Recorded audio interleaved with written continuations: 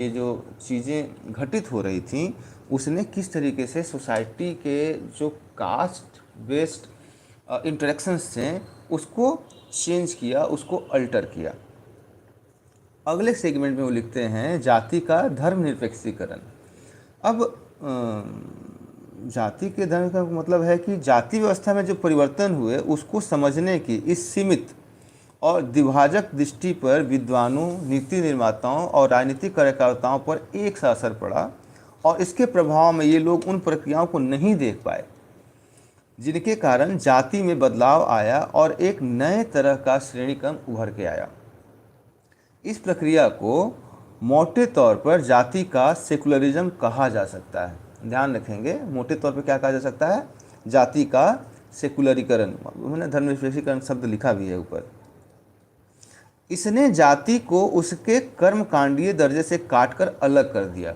कर्मकांडीय दर्जे का मतलब होता है कि कास्ट लाइन पे जो रिचुअल्स हैं, जो रिस्ट्रिक्शंस हैं, यह उससे मुक्त हो पाई। साथ ही इस प्रक्रिया के कारण जाति को स्पर्धात्मक लोकतांत्रिक राजनीति में सक्रिय सत्ताकांक्षी समूह का चरित्र मिल गया। यह बड़ा ही महत्वपूर्ण है, ये शब्द भी बहुत ही महत्वपूर्ण है कि साथ ही इस प्रक्रिया के कारण जाति को स्पर्धात्मक लोकतांत्रिक राजनीति में सक्रिय सत्ताकांक्षी, मतलब सत्ता के प्रति जो आकांक्षी है, जो सत्ता के प्रति जिसका आग्रह है, उसके समूह का चरित्र मिल गया।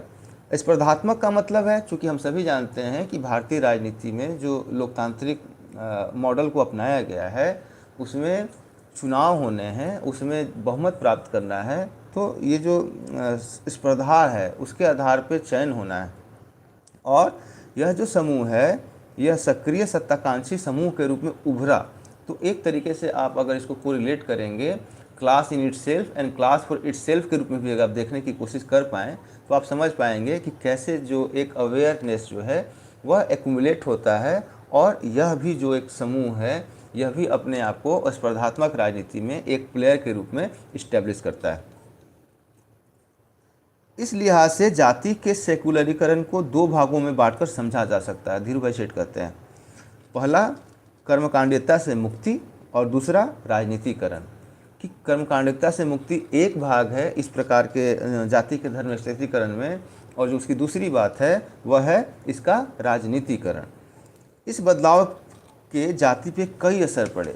इस तरीके के जो चेंजेज हो रहे थे उसका जाति पे क्या प्रभाव पड़ा, सबसे पहले वह बताते हैं कि जाति परंपरागत श्रेणी क्रम की सीमाओं से बाहर हो गई।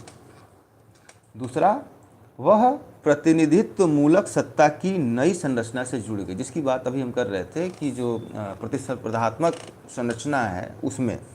तीसरी है कि इस परिवर्तन का समग्र प्रभाव यह पड़ा कि विभिन्न जातियों के सदस्य व्यक्ति के रूप में नए आर्थिक हितों और सामाजिक आर्थिक पहचान को ग्रहण कर पाए और वर्गीय और जातीय अस्मिताएं मिल पाईं। इसको बड़े ध्यान से समझने की आवश्यकता है कि आर्थिक हित और सामाजिक आर्थिक पहचान, अगर आप और डिटेल में जाएंगे तो आप देख पाएंगे कि पॉलिटिक्स ऑफ रीडिस्ट्रीब्यूशन की बात है, पॉलिटिक्स ऑफ रिकॉग्निशन की बात है, पॉलिटिक्स ऑफ पार्टिसिपेशन की बात है। नैन्सी फ्रेजर ने अपने लेख में इस बारे में बहुत विस्तृत व्याख्या की है। तो कहीं ना कहीं ये जो परिवर्तन हो रहे हैं, जो सोसाइटी, पॉलिटिक्स और स्टेट एक साथ इंटरेक्ट कर रहे हैं, उसने जातियों के संदर्भ में जो व्यक्ति है उसके भी आर्थिक हित के रूप में, पहचान के रूप में, अस्मिता के रूप में कहीं ना कहीं उसको रीमैनिफेस्ट करने की कोशिश कर रहे थे, रीमैनिफेस्ट के रूप में इसको शेप दे रहे थे। अब कर्मकांडिकता से जो मुक्ति है उसका जो समर्थन का जो आधार तंत्र है उसको देखने की अगर कोशिश करें तो कुछ बिंदुओं पर चर्चा करना बड़ा ही अपरिहार्य हो जाता है। वो कहते हैं कि कर्मकांडीय शुद्धता और अपवित्रीकरण की धार्मिक विचारधारा पहला पहलू है। दूसरी बात वो कहते हैं कि धार्मिक रूप से मान्यता प्राप्त गांव का प्रौद्योगिकी, आर्थिक और राजनीतिक संगठन, विशेष करके उसकी खाद्य उत्पादन और वितरण व्यवस्था। तीसरी बात है सैकड़ों सालों से बनी जातियों की परंपराएं और उनकी रीति रिवाज। जाति ने न केवल इन संदर्भों में अपना अनुरक्षण किया बल्कि इन्हीं